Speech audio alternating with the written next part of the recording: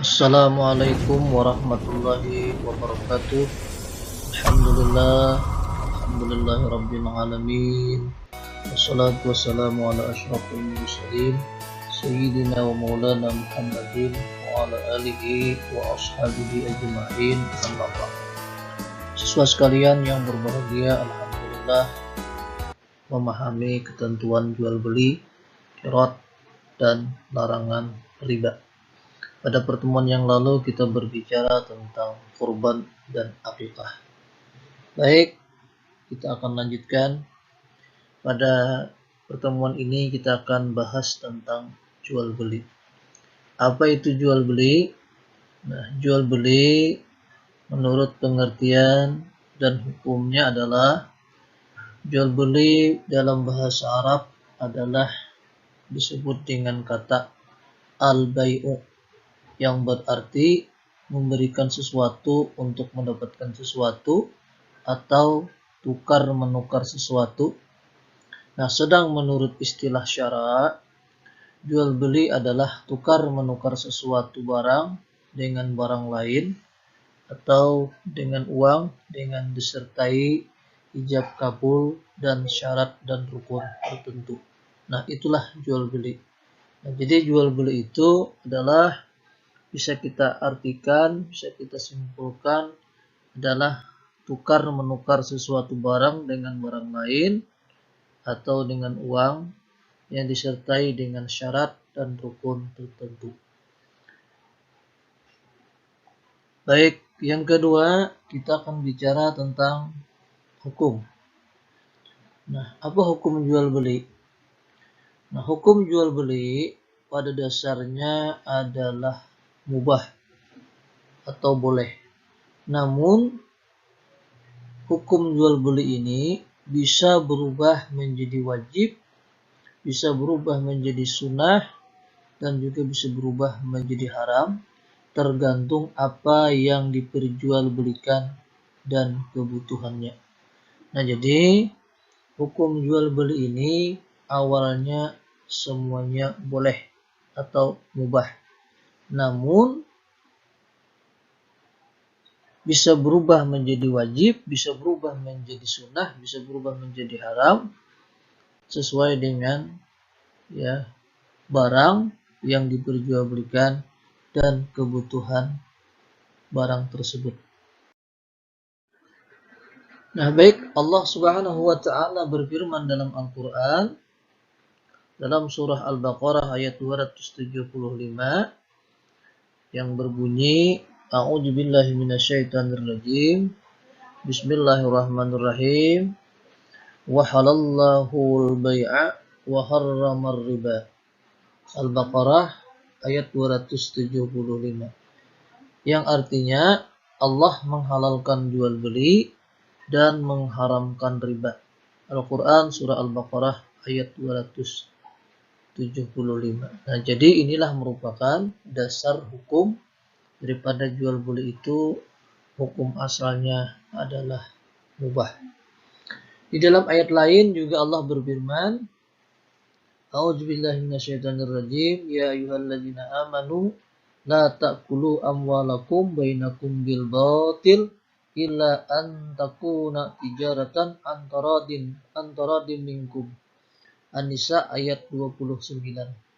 Yang artinya, hai orang-orang yang beriman, janganlah kamu memakan harta sesamamu dengan jalan yang batil, kecuali dengan jalan perniagaan yang berlaku dengan suka sama suka di antara kamu.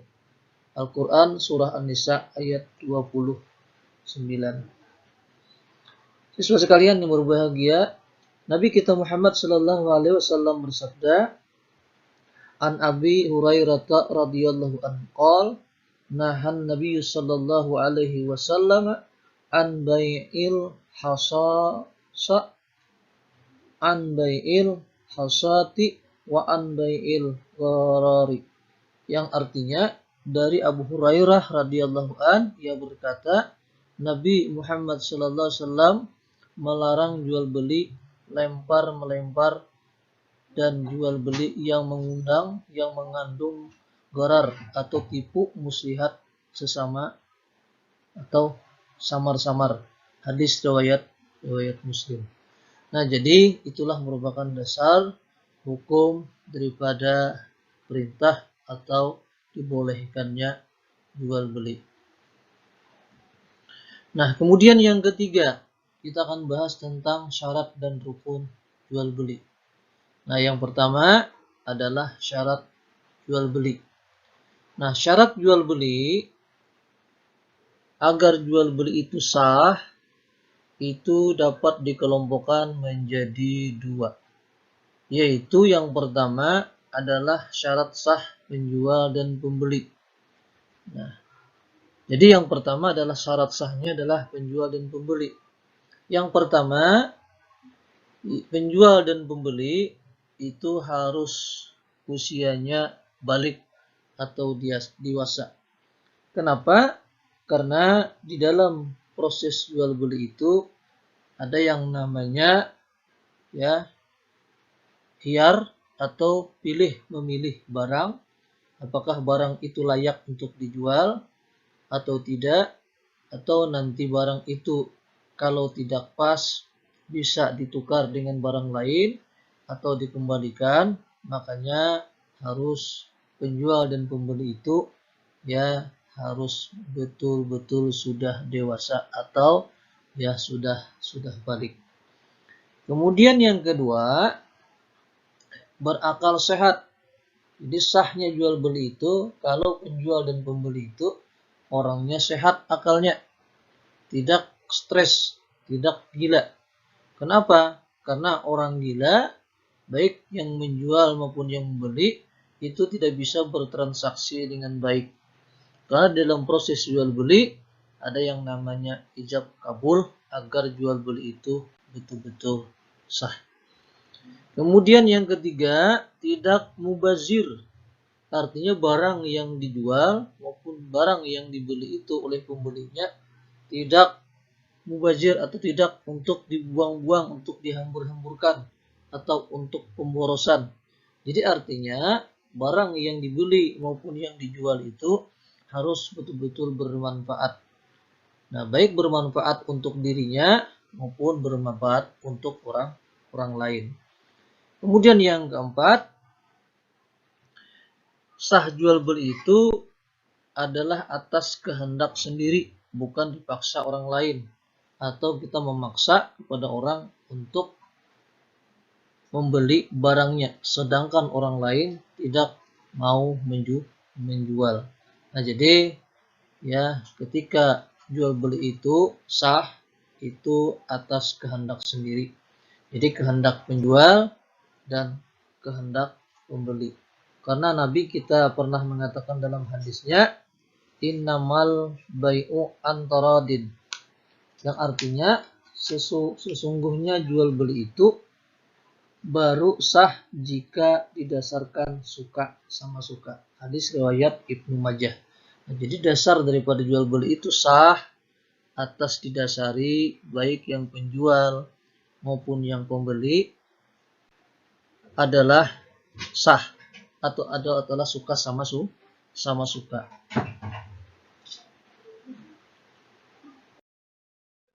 Baik, kita lanjutkan yang B. Syarat sah barang yang diperjualbelikan. Nah, apa syarat sahnya barang yang diperjualbelikan?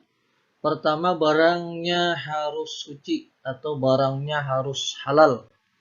Nah, halal dalam artian sini, suci dalam pengertian di sini adalah suci bukan barang najis yang dijual, karena ya yang dijual itu betul-betul barang halal.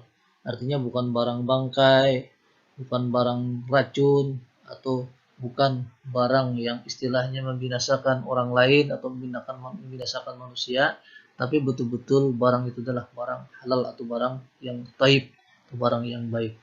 Nah, suci halal dalam pengertian lain, barang tersebut itu adalah betul-betul milik penjualnya.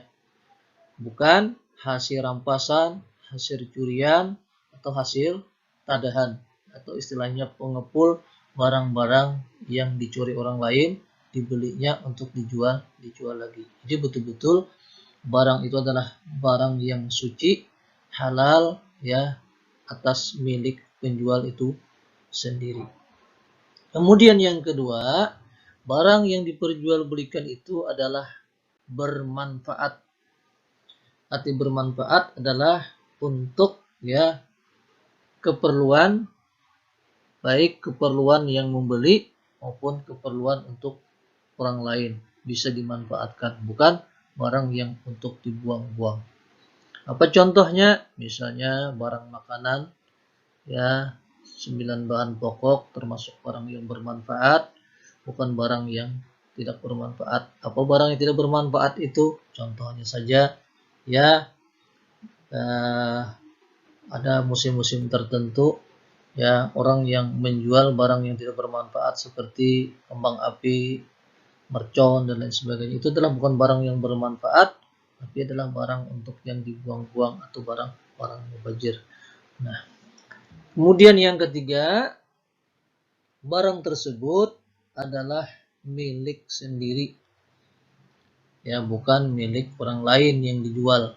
Atau boleh saja milik orang lain, tetapi dia adalah disuruh ya oleh majikannya, oleh bosnya, oleh pemilik barang untuk menjualkan. Nah, seperti saat sekarang ini kan banyak di swalayan, di supermarket, di toko-toko besar ya, orang-orang pemilik toko menggaji karyawan ya untuk melayani pembeli ya barang yang dimilikinya. Nah, itu boleh saja. Tetapi kalau menjual barang orang lain yang jelas-jelas bukan miliknya sendiri, itu adalah tidak boleh. Baik, kita lanjutkan. Kemudian yang keempat, ya syarat sah barang diperjualbelikan itu adalah jelas dapat diketahui kedua belah pihak. Artinya barang yang dijual itu ada ketika transaksi jual beli, bukan barangnya tidak ada. Nah, jangan sampai barang itu ya ketika orang mencari barangnya habis kemudian dijual, itu berarti barangnya tidak diketahui kedua belah pihak.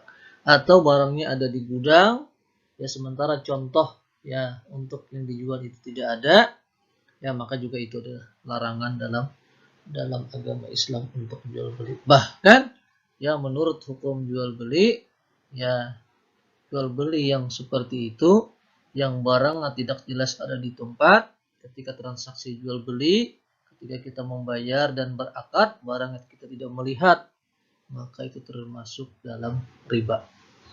Baik siswa sekalian yang berbahagia, kita lanjutkan. Yang kedua adalah rukun jual beli.